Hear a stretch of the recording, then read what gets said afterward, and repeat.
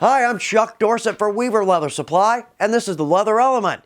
If you've got a good question for us or a good idea for a Leather Element, drop it in the comment box below. Also, if you want to know when our videos release, just click your notifications. You'll know exactly when these come out. So pattern sheeting makes a great pattern, but there's a couple other ways we can use this in our shop, and it can actually be a big help to us. Let's take a look. The least expensive way to ship our pattern sheeting is simply in a roll. But our first thought when we open our box is, I'll never get this to flatten out. Actually, just lay it out, drop your straight edge on it. In fact, this piece was in a tight roll less than 24 hours ago. So it's going to flatten out for us. Now, technically, the primary job of our pattern sheeting is a bag stiffener. This is one of the best I've seen. Most are like a paper product. If those get wet, they're absolutely going to disintegrate. Not right here. Okay, here's where we're going with this. Got on a roll there. I love our deer tan cow and our upholstery leathers. That would make a beautiful purse or bag. Problem is, no body at all.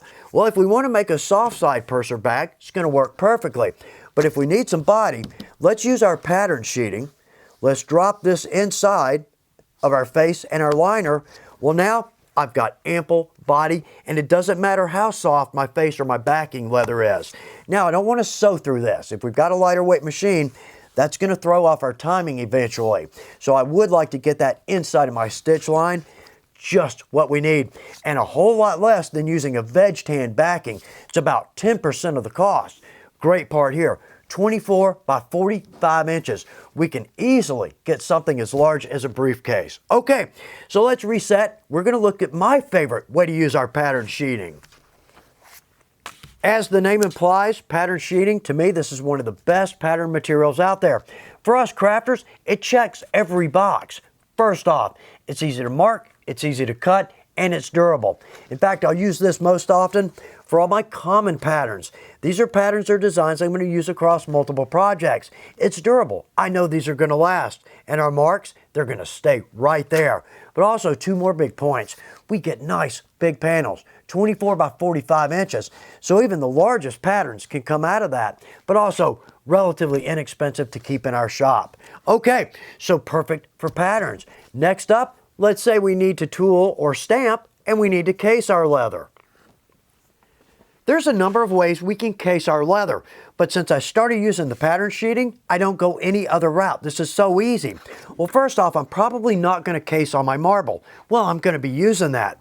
So let's take a piece of our pattern sheeting. Let's take a second piece.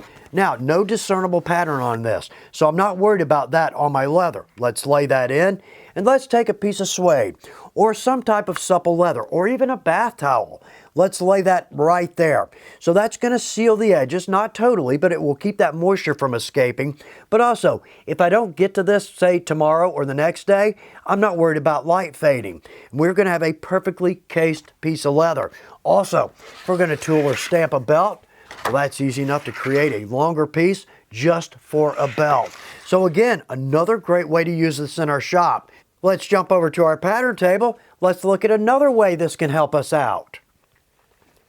I try to keep most of the scrap for my sheeting in my shop because I'm always looking for something for my glue or to mix paint on or my antiques. If I want to mix an antique, a neutral, and say one of our Angelus paints, these are perfect. They're plastic, so I'm not worried about anything wicking through into my work surface. But we paid for this. Let's use every square inch. So once I'm done here, I feel like I got my worth out of it. I can toss that and move on. When I'm tooling or stamping or even assembling a project on my marble, I feel like I want as much light in here as I can get it.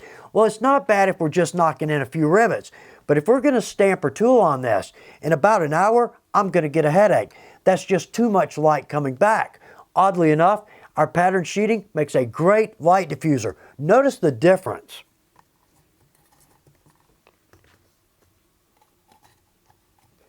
Now I've got a very soft light. It's easy on the eyes. I can see every detail and very little shadow. Now I can tool for as long as I want to. Big point. Let's make sure we go with LED bulbs. We've got a plastic material here and we don't want any heat. But this, oddly enough, is a big help to me in my shop. Pattern sheeting, not just for patterns anymore. It's a great material to have in our shop, and I hope you come up with all kinds of creative ways to use it. Thanks for taking time to watch The Leather Element. Good luck with your projects.